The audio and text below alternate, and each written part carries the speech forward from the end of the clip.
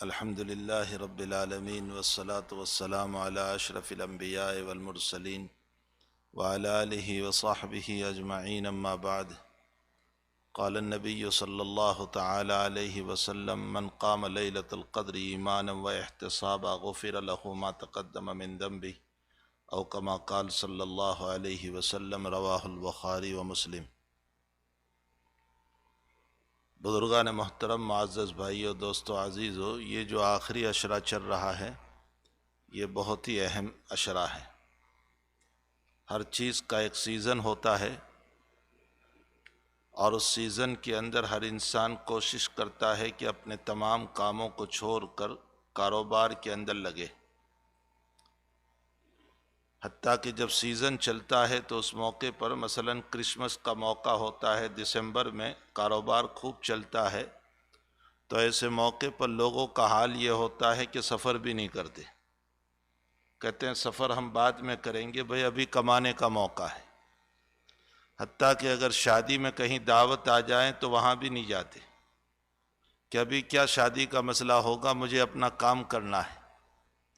تو ہر انسان سیزن کی قدر کرتا ہے اور اس میں سارے مسائل کو ایک طرف ڈال کر اپنی کمائی کی طرف لگ جاتا ہے۔ رب کریم نے آخرت کو کمانے کا ایک سیزن رمضان المبارک عطا فرمایا ہے، تو ہمیں چاہیے کہ ہم اپنے سارے کاموں کو آگے پیچھے کر کے اس مبارک مہینے کے اندر اپنے آخرت کو کما لیں، اور خصوصاً رمضان المبارک کا آخری عشرہ، اس کے اندر تو بہت ہی زیادہ ہمیں اہتمام کرنا چاہیے اپنی آخرت کو کمانے کا۔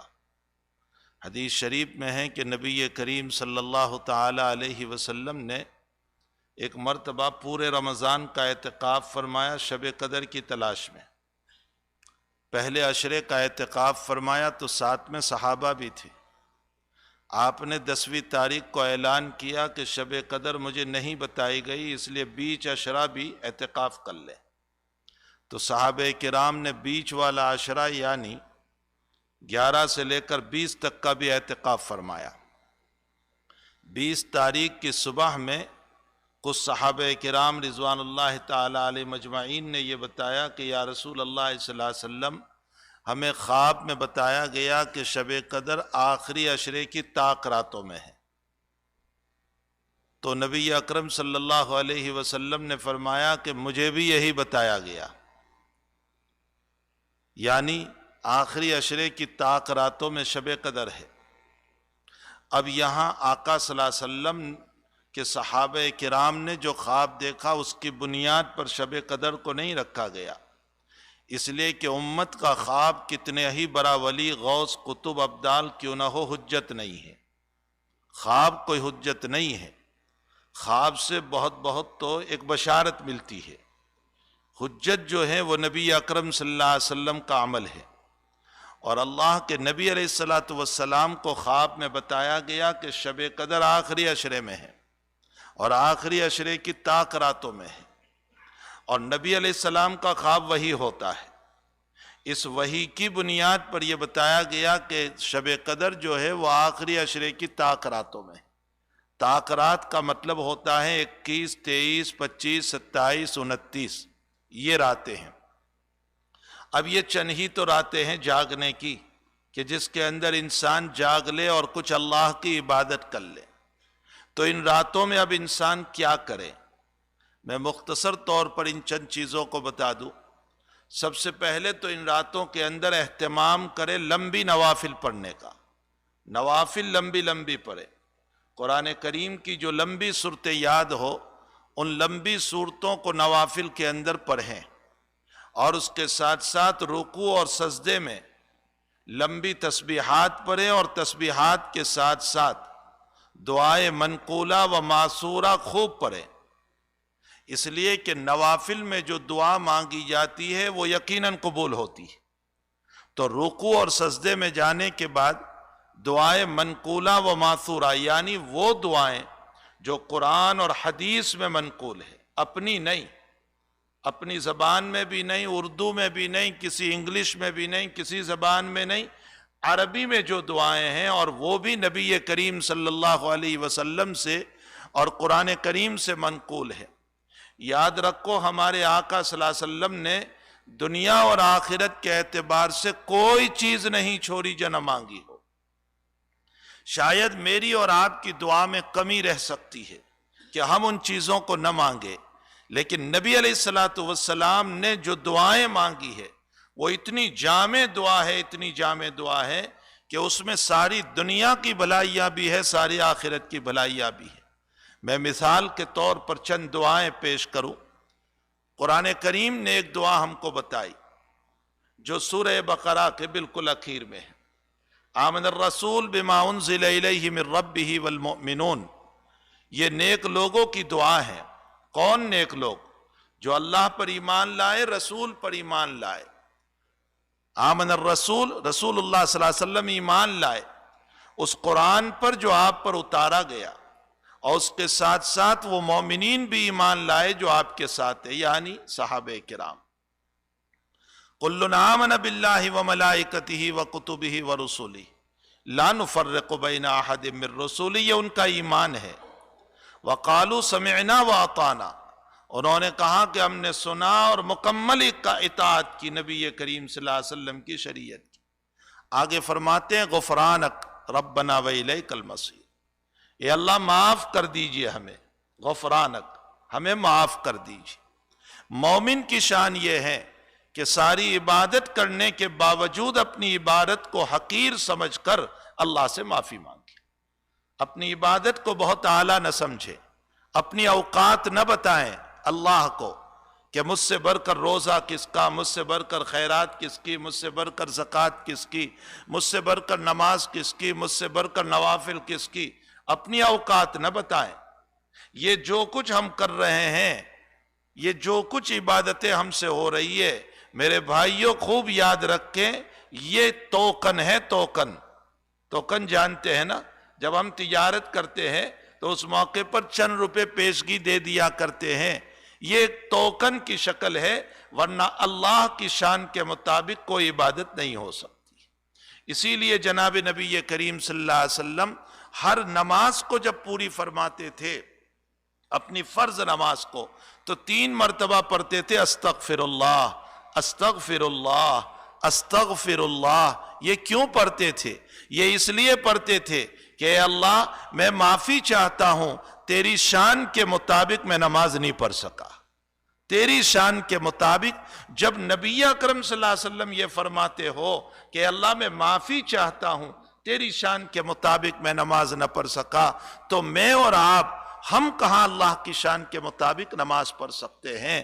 اس لیے ہمیں چاہیے کہ تعالیٰ جل شانہ سے استغفار، غفرانک۔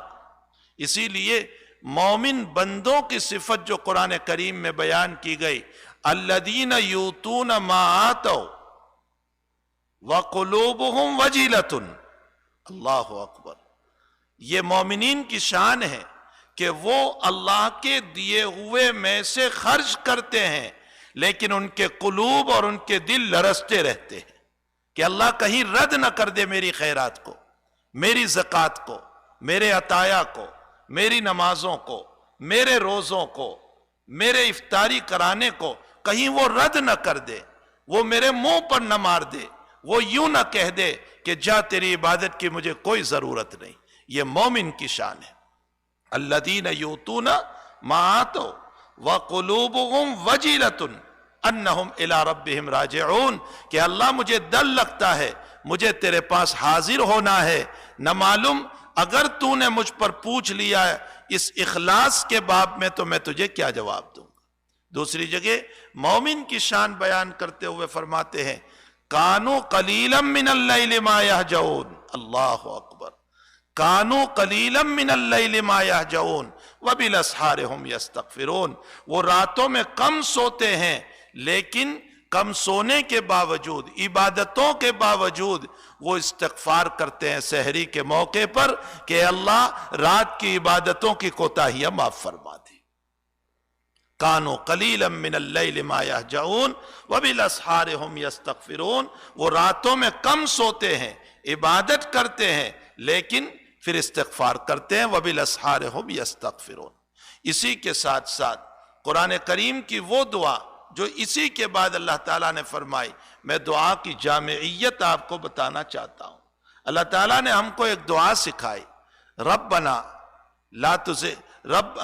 لا یکلف اللہ نفسا الا وسعها لہا ما کسبت وعلیہا ما اکتسبت ربنا لا تؤاخذنا ان نسینا او اخطانا.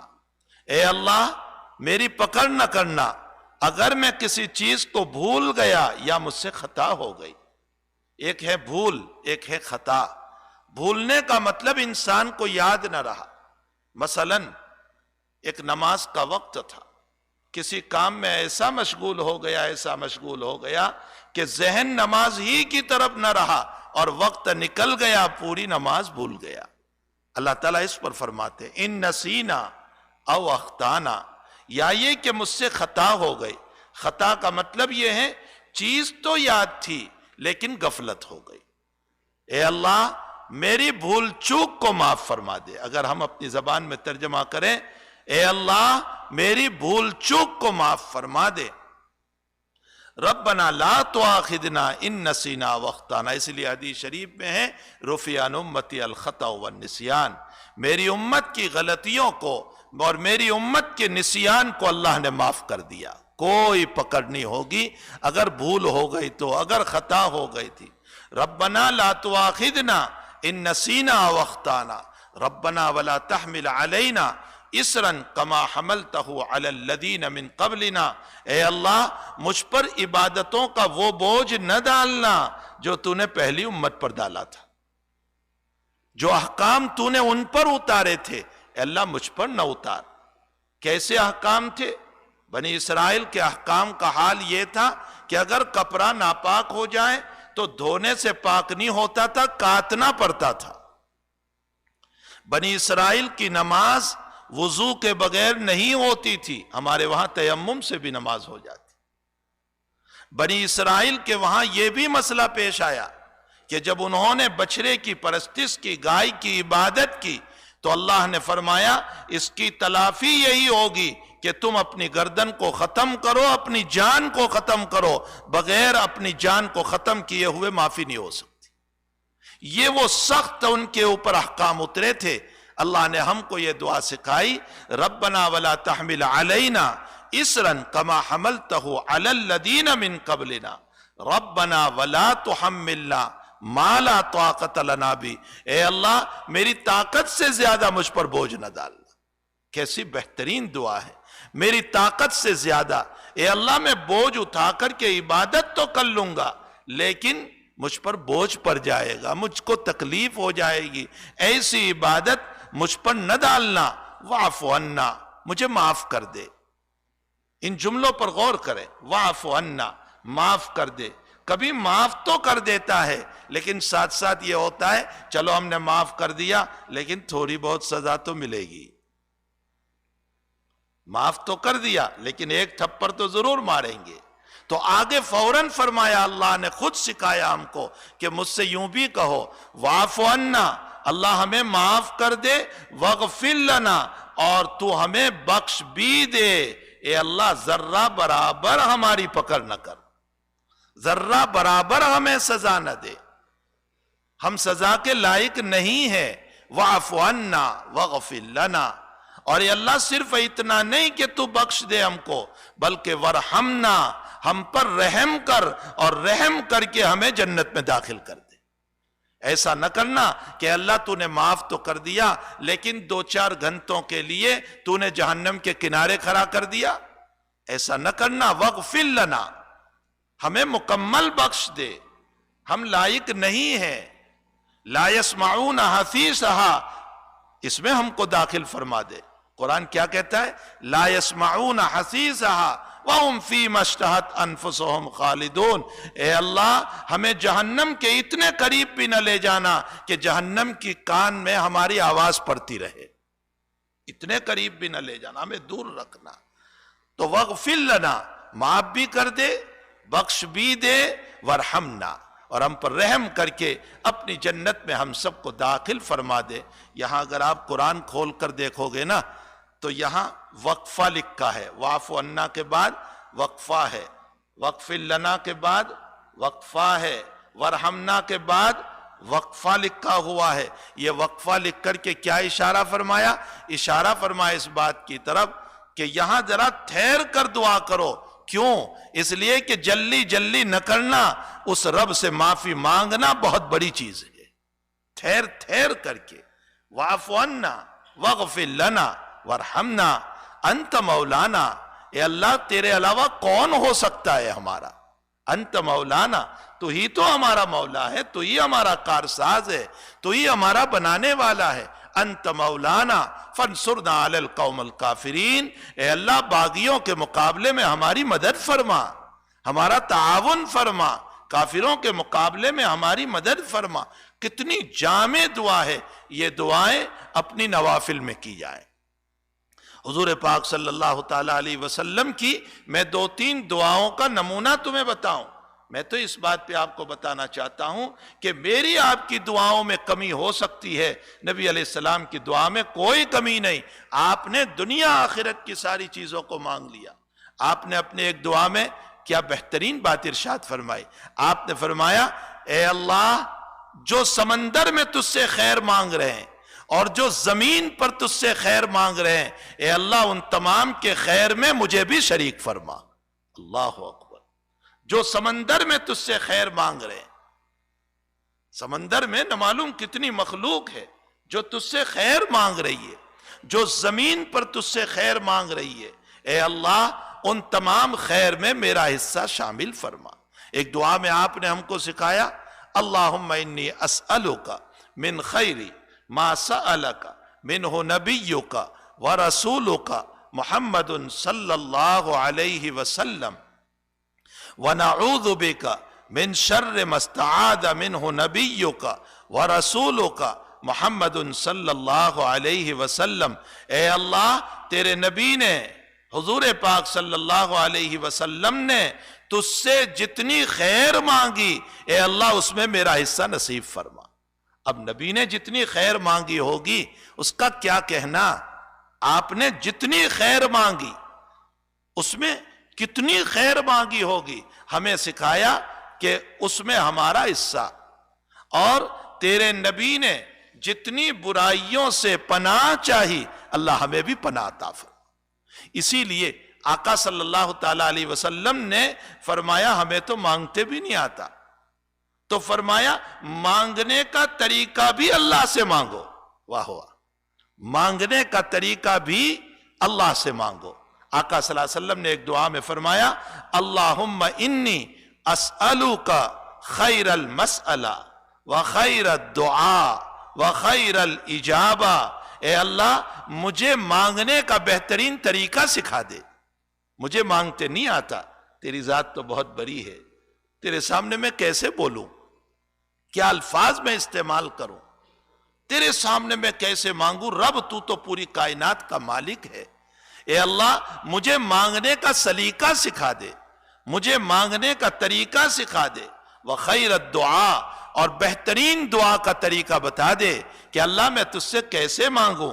وخیر الاجابہ، اور اے اللہ میری دعا کو بہترین انداز میں قبول فرما لے. ایک دعا میں نبی اکرم صلی اللہ علیہ وسلم نے فرمایا اللہم اجعلنی عندک ولیجا واجعلنی عندک زلفا وحسن مآب. ایسی پیاری پیاری دعا ہے. اے اللہ مجھے تو اپنا ولیجہ بنا لے. ولیجہ کس کو کہتے ہیں؟ ولیجہ کا معنی رازدار، اپنا رازدار. ارے کوئی میئر کا رازدار بن جاتا ہے، اس کا پرائیویٹ سیکرٹری بن جاتا ہے جس سے میئر مشورہ کرتا ہے، یا کوئی سرکاری سطح کا آدمی ہو اور اس کا کوئی پرائیویٹ سیکرٹری ہوتا ہے اور اس سے وہ مشورہ کرتا ہے، تو وہ کہتا ہے ہم تو فلاں صاحب کے رازدار ہے، ہم تو اس کے پرائیویٹ سیکرٹری ہے، ہم تو اس کے مشیر ہے، ہم تو اس کا مشورہ دینے والے ہیں. کتنے فخر سے وہ بیان کرتا ہے. یہاں نبی علیہ السلام فرماتے ہیں اپنے رب سے کہو اے اللہ تو مجھے اپنا پرائیویٹ سیکرٹری بنا لے، مجھے اپنا رازدار بنا لے. اور رازدار قریب ہوتا ہے اللہ سے. اس کا مطلب یہ نکلا وَعِندَكَ زُلْفَا، اے اللہ مجھے تیرا قرب نصیب فرما دے، مجھے اپنا مقرب بنا دے. وحسن مآب، اور اے اللہ میرا انجام بڑا اچھا بنا، میرا انجام صاف ستھرا بنا، جب میری موت آئے ایمان پر، کلمے پر، توحید پر، نمازوں پر، تیری یادوں پر، اور اے اللہ نفس مطمئنہ کے ساتھ تو مجھے موت عطا فرما، اور ما بعد الموت کی زندگی کو بہترین خوشگوار بنا کر تیری رضا والی موت عطا فرما۔ ارجعی الی ربک راضیۃ مرضیہ فادخلی فی عبادی وادخلی جنتی۔ کتنی بہترین دعائیں ہیں۔ تو شب قدر میں کیا کرو گے مختصر سن لیجئے، پھر میں دوسری مجلس میں اس کو تفصیل سے عرض کروں گا۔ پہلا کام لمبی لمبی نفلیں پڑھے، نفل کے اندر رکوع اور سجدے میں دعائیں معصورہ و منقولہ جو مناجات مقبول میں ہے، حزب اعظم میں ہے، ان دعاؤں کو یاد کریں اور ان دعاؤں کو پڑھیں۔ دوسرا کام کرنا ہے تلاوت قرآن، خوب تلاوت کریں، ان راتوں کے اندر خوب تلاوت کریں۔ تیسرا کام کرنا ہے لمبی لمبی دعائیں کریں، اللہ سے خوب لمبی دعائیں کریں، خوب مانگے، وہ دینے پر آیا ہوا ہے، ہمیں لینا ہے اللہ سے۔ اور چوتھا کام کثرت سے تیسرا کلمہ پڑھیں، سبحان اللہ والحمد للہ ولا الہ الا اللہ واللہ اکبر وللہ الحمد، سبحان اللہ والحمد للہ ولا الہ الا اللہ واللہ اکبر وللہ الحمد۔ یہ ان راتوں کے اندر خاص طور پر اعمال ہیں، جو ان اعمال کو کرے گا انشاءاللہ تعالی اس کی شب قدر بہترین بن جائے گی۔ رب کریم ہم تمام کو آخری عشرے کی نورانیت سے، عبادتوں سے مالا مال فرمائے۔ وصلی اللہ علی النبی الکریم برحمتک یا ارحم الراحمین۔